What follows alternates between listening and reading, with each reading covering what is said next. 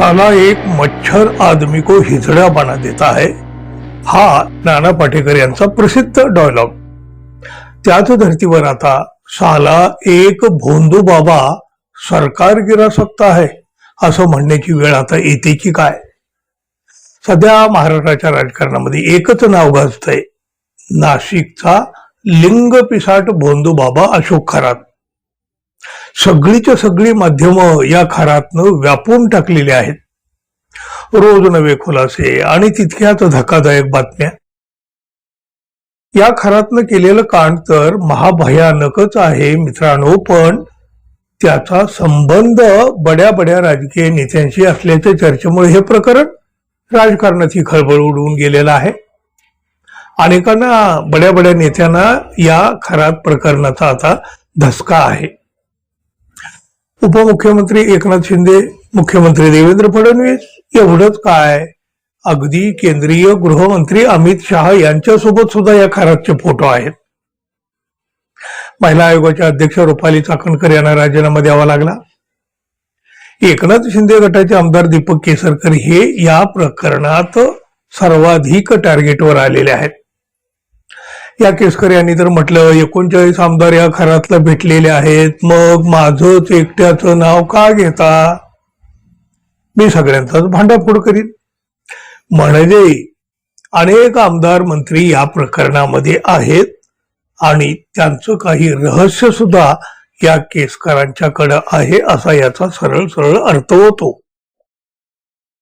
या केसकरांनी भांडाफोड करावा आणि त्या 39 आमदार त्याचबरोबर 9 कॅबिनेट मंत्र्यांची नावं सुद्धा उघड करावीत असं थेट आव्हानच शिवसेनेच्या नेत्या सुषमा अंधारे यांनी दिलं. पण दीपक केसरकर अजून तरी काही बोललेले नाहीत.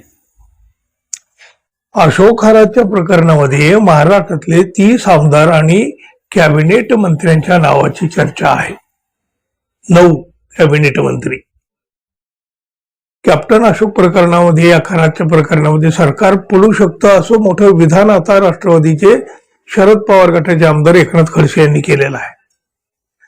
खडसे यांच्या वक्तव्यामुळे राजकीय वर्तुळामध्ये पुन्हा एकदा खळबळ उडालेली आहे. या भोंदूबाबा अशोक खरातच्या प्रकरणामध्ये अनेक राजकीय बड्या नेत्यांचा सहभाग असल्याचं सिद्ध झाल्यास सरकार देखील कोसळू शकतं असं मोठं विधान राष्ट्रवादीचे नेते शरद पवार गटाचे आमदार माजी मंत्री असलेले एकनाथ खडसे यांनी केल्यामुळे या प्रकरणाची व्याप्ती आता अधिक वाढताना दिसू लागली आहे. अशोक खरातचं हे प्रकरण हे खूप मोठं प्रकरण आहे. संजय राऊत यांनी सांगितल्यानुसार खरात यांना संपवलं सुद्धा जाऊ शकतं असं देखील हे खडसे म्हणाले आहेत. अशी जी काही मोठी मोठी कांड असतात त्याला काही ना काही कारण दाखवून प्रकरण संपवलं देखील जाऊ शकतं, हा धोका किंवा अशा प्रकारचा एक संशय एकनाथ खडसे यांनी व्यक्त केलेला आहे.